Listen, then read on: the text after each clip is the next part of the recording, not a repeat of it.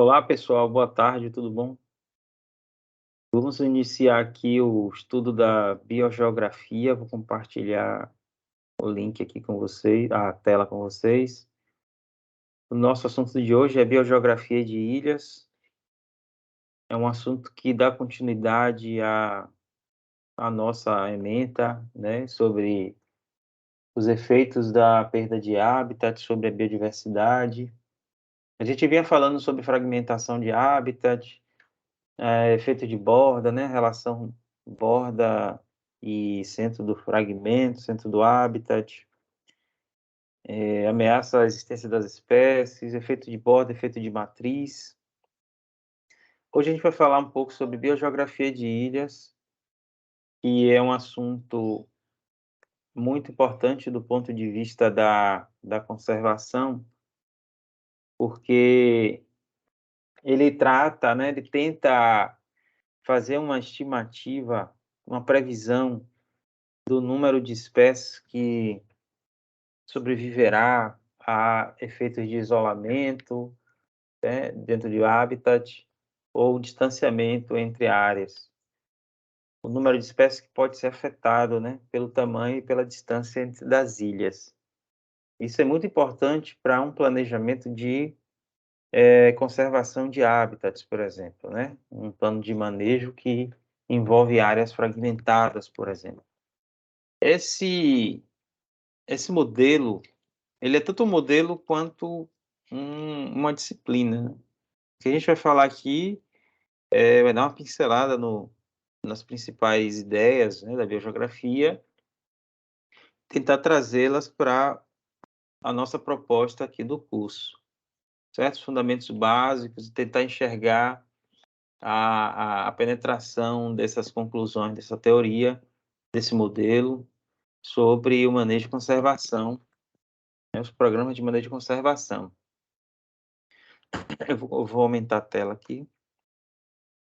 Bom, esse modelo de biogeografia de ilhas, ele foi criado em 1967. O MacArthur e Wilson, e esse modelo ele se baseou na ideia, né, na distribuição, na dispersão de aves em ilhas oceânicas, e tem como principais variáveis a distância entre essas ilhas, os habitats dessas aves e o tamanho dessas ilhas. Então, tanto o distanciamento quanto o tamanho das ilhas eram variáveis que eram determinantes na no estudo, né, no estabelecimento do número de espécies naquelas áreas.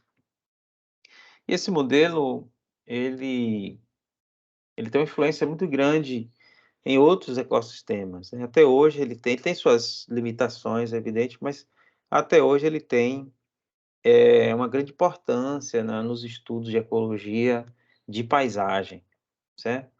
E os biólogos de conservação, os profissionais da conservação têm usado esse modelo de biogeografia de ilhas para estudar, né, para tentar prever como vai se comportar o número de espécies, né, de uma determinada área, sob efeito de isolamento e perda de sua área, né. Então, quais são as primeiras ideias aqui sobre o modelo de biogeografia de ilhas? É que quanto maior a área, mais espécies ela comportará.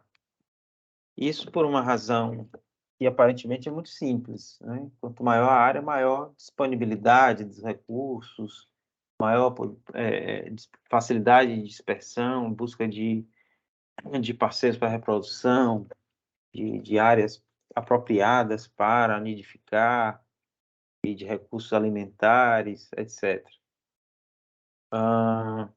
Isso à primeira vista, mas nem todas as áreas que são grandes, elas são também tão qualificadas. Se você pegar áreas de monocultura, você não tem tanta qualidade. Você vê que vastas áreas, existem várias vastas áreas de monocultura no sul da Bahia, né, e outras regiões do país, que vêm inclusive crescendo essas áreas, né.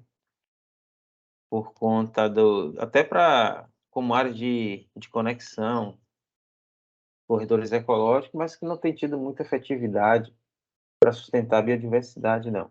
Mas esse tópico a gente vai falar mais à frente, né? Corredores ecológicos.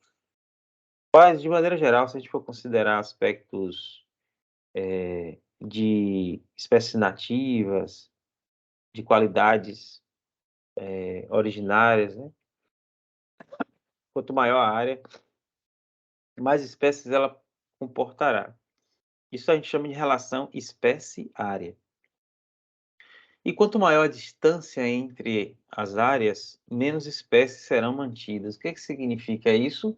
E quanto maior o grau de isolamento das ilhas. As ilhas são as áreas de habitat, certo? Qualquer área de habitat, a gente vai chamar de ilha. Pode ser um fragmento florestal, uma ilha oceânica, pequenos lagos, né, isolados, enfim, áreas de habitat isoladas estão sendo chamadas aqui de ilhas. Quanto maior a distância entre elas, maior o seu isolamento.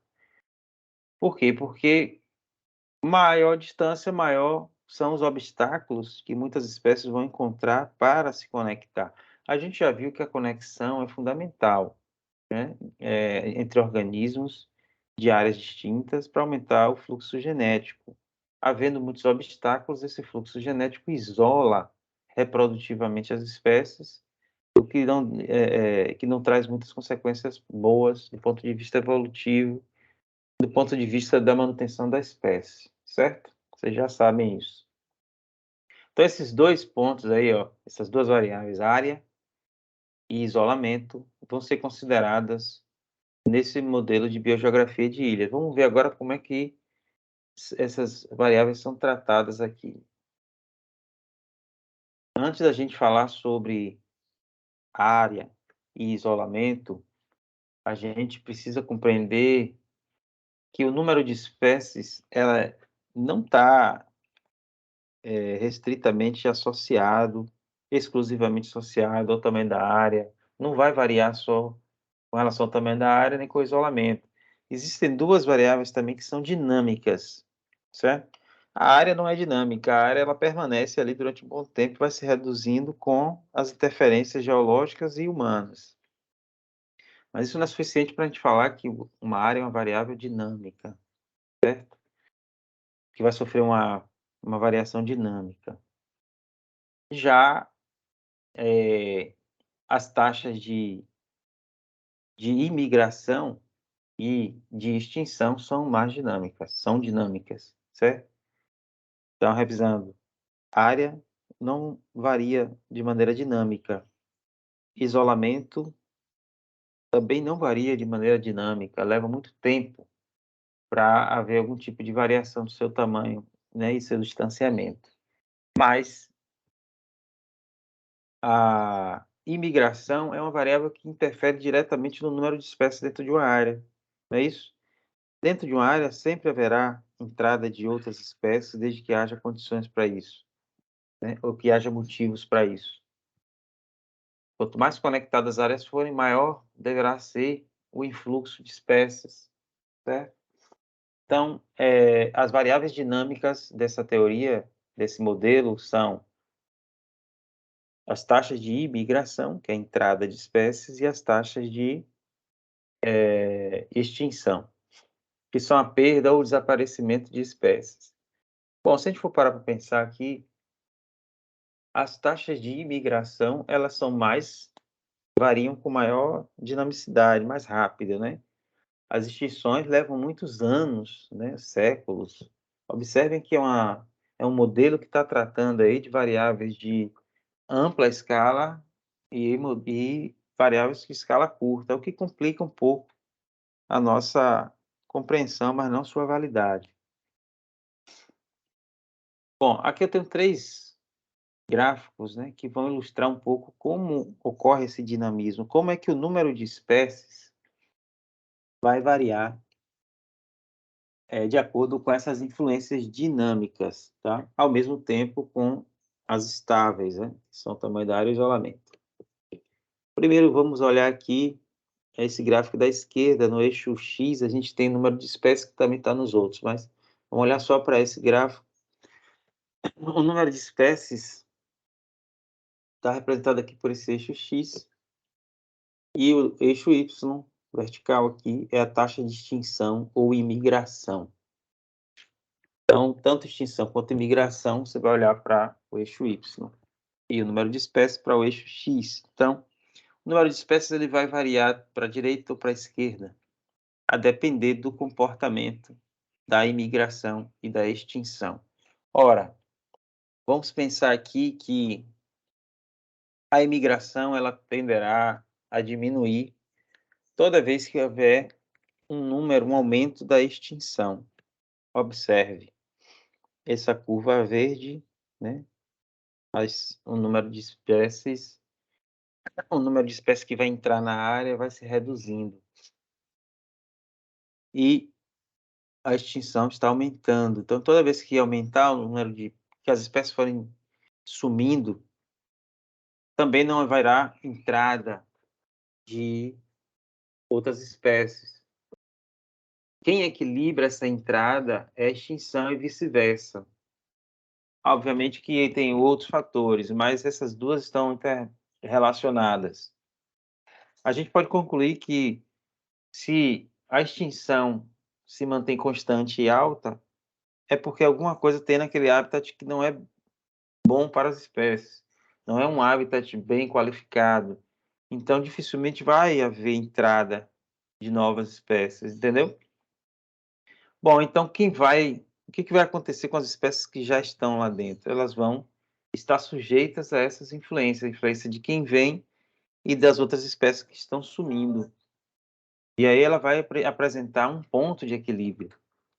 O número de espécies ou a riqueza da área vai se permanecer estável em um ponto entre a imigração e a extinção, certo? Visto isso, vamos analisar agora como a extinção e a imigração vão atuar em áreas pequenas e em áreas grandes, certo? Então, observem a curva verde, que é a imigração em ilha grande, habitats grandes, com áreas grandes. Claro que se eu estou falando de área grande e imigração, então eu tenho que analisar a curva de extinção da área grande. Então, elas se cruzam aqui, essa linha verde com essa linha preta, nesse ponto aqui. Imigração em Ilha Grande e extinção em Ilha Grande. O equilíbrio de espécies, né, que vai ser determinado por essas imigrações e extinções, vai acontecer em um ponto em que o número de espécies vai ser maior do que nas ilhas pequenas. Ou seja, o equilíbrio do número de espécies em ilhas grandes vai atingir um número maior de espécies do que nas ilhas pequenas. Ó, a imigração e a extinção das ilhas pequenas vai acontecer, o equilíbrio dessas variáveis vai acontecer com um número menor de espécies. Vamos tentar compreender por quê. Concordam comigo que em ilhas pequenas, áreas menores, haverá um menor número de espécies, ela já vai comportar menos espécies, isso foi dito aqui no slide anterior, né? No primeiro ponto. Áreas menores vão ter menos espécies, áreas maiores, mais espécies. Obviamente, então, que o equilíbrio dela com as taxas de extinção vai acontecer mais prematuramente, né? Então, a extinção, ela não vai precisar ter um valor muito alto para poder equilibrar o número de espécies nas ilhas pequenas. Ilhas pequenas já vão comportar menos espécies e as taxas de extinção serão menores também. Ou melhor, elas podem até ser maiores, mas ela vai atingir um equilíbrio dinâmico com a imigração mais precocemente. Observe que o número de espécies aqui está no ponto mais à esquerda do que nas ilhas grandes. Nas ilhas grandes, a imigração vai atingir um equilíbrio com a extinção, com um número maior de espécies. Agora, o que acontece com a extinção e a imigração em áreas isoladas? Vamos olhar agora para esse terceiro gráfico.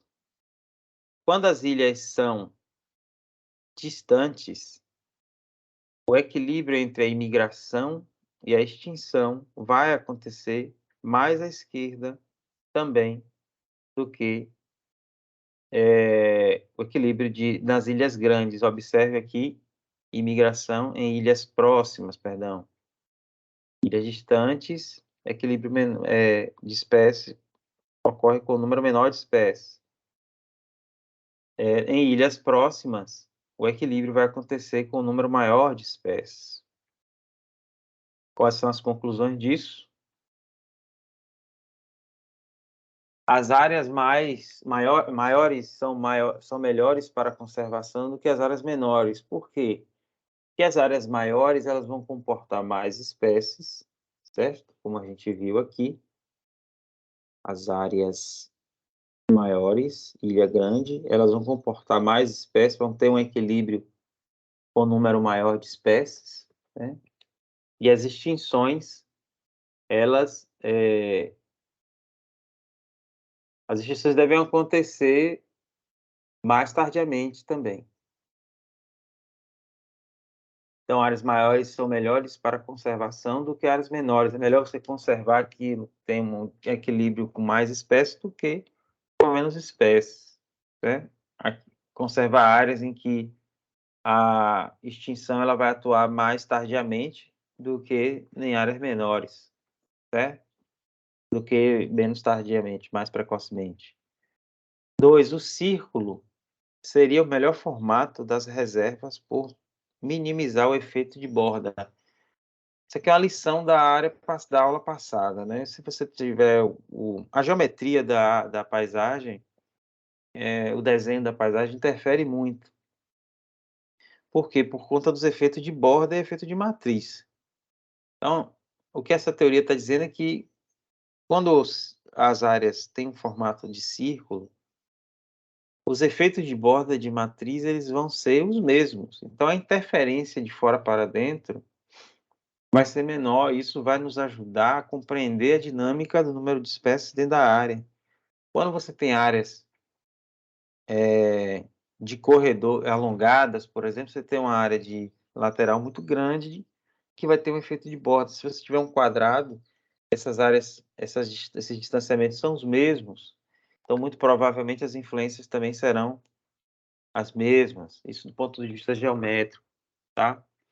Isso vai nos ajudar a olhar para extinções e migrações de uma maneira mais equilibrada. 3. Em paisagens fragmentadas, a melhor opção para a conservação são as com menor distanciamento entre os fragmentos. Ou seja, quanto menos isoladas forem essas áreas, paisagens apresentar ilhas menos isoladas, melhor, porque isso permite o influxo genético, certo? E as taxas de imigração elas vão ser mais altas. E as extinções, consequentemente, menores. 4. Fragmentos conectados são melhores que os isolados, embora você tenha aí de tamanhos diferentes, mas quanto mais conectados, melhores. Agora, precisamos fazer algumas observações, pessoal. É que o modelo de biogeografia de ilhas, ele não considera a importância das emigrações sobre as taxas de extinção, que nós chamamos de efeito resgate. Da mesma forma que entram espécies, algumas espécies podem sair também. E isso gerar uma confusão, né, de que as espécies estão sumindo. Não, elas estão migrando e não estão extinguindo. Então, isso é chamado de efeito resgate. porque de alguma forma não está acontecendo necessariamente extinção, está havendo imigração, então isso já interfere na análise também. 2, o equilíbrio dinâmico pode ser definido por condições ambientais, considerando-se a capacidade de suporte dos ambientes para as populações. Gente, isso aqui é uma lição de ecologia. Aquele modelo, ele é um modelo baseado em ilhas oceânicas. Uma ilha, ela é formada a partir de fenômenos geológicos, né, em escala ampla, de espaço de tempo muito grande. A fragmentação de hábitats, por exemplo, não leva tantos anos, né, não leva um tempo geológico para acontecer, ela é mais rápida, né, a gente está presenciando isso aí a cada dia. A Amazônia, por exemplo, está perdendo habitat. Em menos de 10 anos, você tem perdido muitas áreas de muitos campos de futebol. Então, isso interfere de uma maneira mais rápida no comportamento das espécies. Então, o modelo de biogeografia de ilhas é um modelo que não leva em consideração esse dinamismo, né? Essa velocidade da perda de habitat que a gente está vivenciando hoje. Além do mais, por exemplo, quando você está, já que a gente está falando aqui de fragmentação de habitat, a gente já viu lá sobre os efeitos de borda, de matriz, né? E a gente percebe que há uma modificação muito rápida, né, da estrutura da paisagem, da floresta. E aí eu estou falando de populações de uma espécie. Elas vão migrando para as áreas que restam, para os habitats que restam. Então isso também é outro fator que vai interferir naquela espécie, na permanência daquela espécie. As coisas não são tão estáticas, né, como parece ser um modelo de tempo geológico.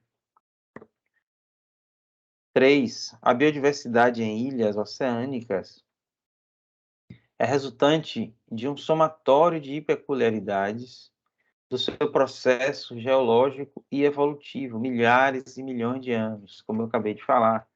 Enquanto que fragmentos terrestres não, seria uma dinâmica espacial do ecossistema. Então, existe uma influência nas espécies, nas populações, no dia a dia, né? Eu não preciso passar milhões de anos para perceber se vai haver uma variação de espécies, né? Também o modelo não prevê, não se preocupa com isso. A questão é que o estabelecimento do número de espécies em uma área está sujeito a fatores também de ampla escala, certo?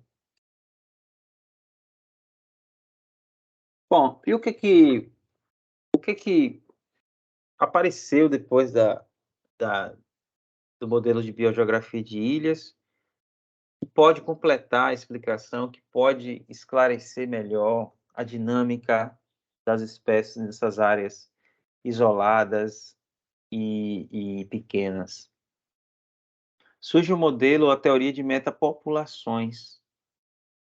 Metapopulações é o conjunto de populações localizadas em manchas de habitat, inseridas em uma matriz onde a migração entre as populações pode ser possível. O que a gente está querendo falar aqui é o seguinte: dentro de uma mesma espécie, você pode ter vários indivíduos distribuídos em manchas de habitat, certo? E esses indivíduos vão apresentar uma dinâmica própria da espécie. Só que essa dinâmica da espécie, ela vai estar mais condicionada a fatores internos, né, do que necessariamente a entrada de uma outra espécie, né, a imigração, e o tamanho da área. Dentro de uma área grande, você pode ter várias distribuições de organismos daquela espécie ocupando, né, ambientes diferentes. Além disso, vocês já sabem que, a depender da espécie, as populações dela podem se distribuir de uma maneira que depende muito da sua natureza. Por exemplo, modelos agregados, né, de espécies que vão ter distribuição agregada. modelos de espécies mais competitivas, né, distribuições homogêneas e por aí vai. Então, cada espécie ela tem o seu comportamento de distribuição no habitat que também é dinâmico e independe, à primeira vista, independe de imigrações de outras espécies, que independe do tamanho geral da área, certo? É uma teoria, a teoria de metapopulações, ela tenta esclarecer, ela é baseada basicamente ela é baseada de acordo com a geografia de ilhas, só que ela está muito mais centrada em, em fatores de curto prazo, né? De pequena escala, fatores de pequena escala, né? Mais cotidianos, mais sobre a qualidade do habitat, e não só com seu tamanho, certo? Com a fragmentação florestal, por exemplo, haverá uma perda de variabilidade genética natural da espécie, vocês já viram isso. O aumento do intercâmbio de indivíduos entre populações pode aumentar a persistência populacional local e regional, principalmente para populações pequenas e isoladas. Então, aquilo que parecia ruim por ser pequeno e isolado, se houver alguma população, subpopulações que possam estar ali migrando, entrando, isso já é um fator que colabora com a persistência daquela espécie no habitat. Aí você tem aqui alguns retratos da natureza. Ao lado direito é um modelo mais realista, mas modelos são modelos, né? Pensando em metapopulações, você vai ter aqui manchas de habitat ou ilhas, né? Onde você vai ter aqui um modelo chamado de modelo de metapopulação, onde as espécies elas tendem a... Aqui é a matriz, tá? Essa parte branca, essa parte amarela é a matriz. As partes verdes são manchas de habitat, onde cada mancha ela serve como fonte, né? E como receptora de indivíduos. Aqui eu estou falando de indivíduos da mesma espécie. Não estou falando de comunidade, aqui estou falando de população, tá? Então, cada uma dessas áreas aqui recebe, tanto doa quanto recebe espécies, sem nenhum tipo de determinante, certo? Sem fator determinante aí implícito. Nesse modelo, você vai ter uma área muito pobre, né? Uma mancha branca aqui, que é um fragmento não ocupado. É o fragmento mais distante, menor, via de regra. Ele não tem... Ele foi pintado de branco aqui para mostrar que a qualidade dele é menor. Então, as espécies elas tenderão sempre a migrar ou dispersar, né, em áreas que são de qualidade melhor. Nesse modelo fonte-poço, você vai ter aqui o seguinte: áreas maiores servindo como fonte, né? Fonte-poço ou fonte-sumidouro, ou seja, elas têm como local de origem áreas maiores e mais qualificadas, e elas tendem a ocupar áreas menores e menos qualificadas. Mais uma vez, áreas que não têm qualidade não são ocupadas, se elas são menores e mais distantes também, isso agrava, tá? Agora vamos partir para um modelo mais realista, que é o modelo de paisagem. Nesse modelo de paisagem, você vai ter aqui vários fatores interferindo na distribuição dos indivíduos, né? Nessas manchas, entre essas manchas. O que acontece aqui é o que antes parecia muito simples, por exemplo, áreas maiores que serviriam como fonte e áreas menores, menos qualificadas, que serviriam como poço, teriam menos espécies. Quando você parte para um modelo realístico de paisagem, o que você percebe é que no modelo realístico haverá obstáculos da paisagem, independente da qualidade do habitat. Então, não está em jogo aqui só a mancha de habitat. está em jogo também aqui a qualidade da paisagem, da matriz como um todo, né, da paisagem como um todo. Aí você tem a matriz, né, que é livre de vegetação, não vai nada lá. Nas áreas mais qualificadas, você vai ter aqui as bordas, né? Se elas fazem fronteiras com áreas verdes de mata, elas já têm uma qualidade melhor, mas podem encontrar um obstáculo, isso muda tudo, né? Espécies que eventualmente eram só de fonte, que poderiam ser fonte, também podem ser poço. Então a conectividade aqui está em jogo, certo? Esse riacho ele pode ser tanto um obstáculo, quanto também pode ser um meio de dispersão facilitador, certo? Que vai conectar essas paisagens, essas manchas efetivamente. Então, assim, o que está em jogo aqui? O que a gente está querendo mostrar? Que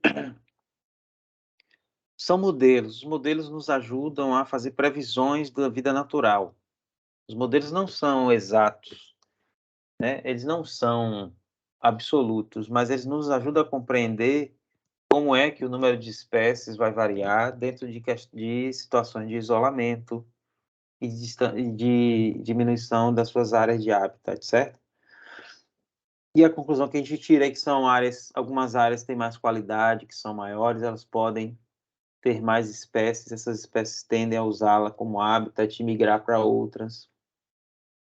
E as áreas que são menor qualificadas e mais isoladas, elas não tenderão a receber também espécies.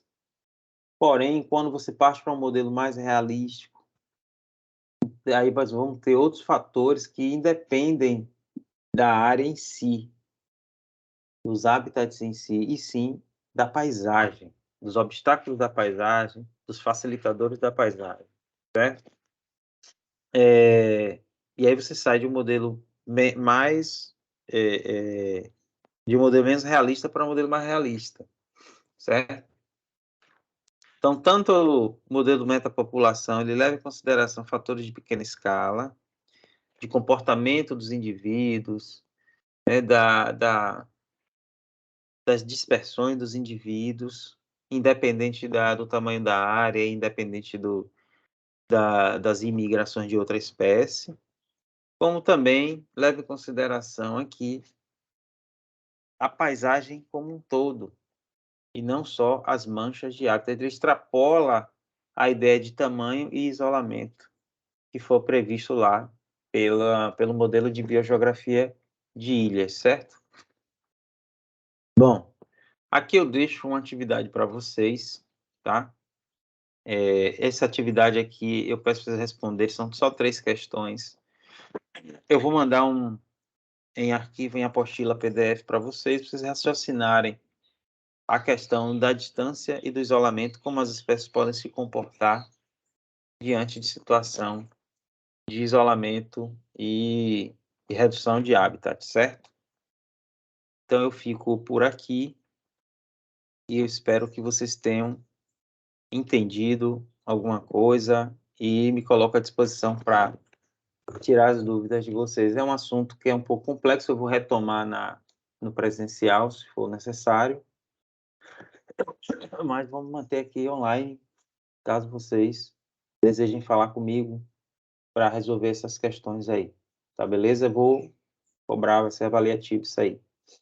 Beleza? Um grande abraço para vocês e até mais.